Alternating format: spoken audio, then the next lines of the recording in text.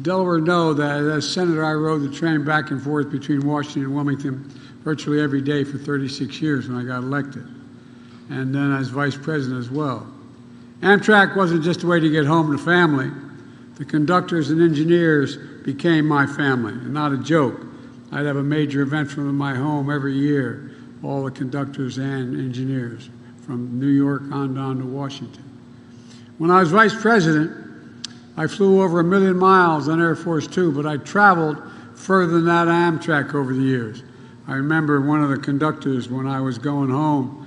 Secret Service is wonderful, and they really are, but they'd rather you not travel Amtrak, because it's not Amtrak, rail, because it has to stop so damn many times, and there's so many options for people to do things that they don't want to have done. So, but I was coming home to see my mom, and I just, she was living with us at the time. My dad had passed away. And I got in a train on a Friday, and I won't get him into complete trouble, just tell his first name. He was number 2 in seniority at the time, Angelo.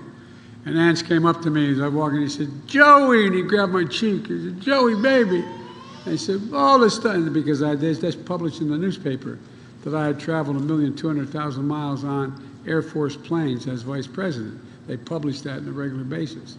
He said, I won't quote him exactly, but he said, "Big deal, Joey."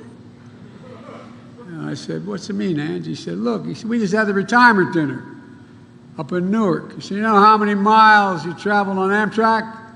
And I said, "No." He said, 1,000,000, I think it was 320,000 miles.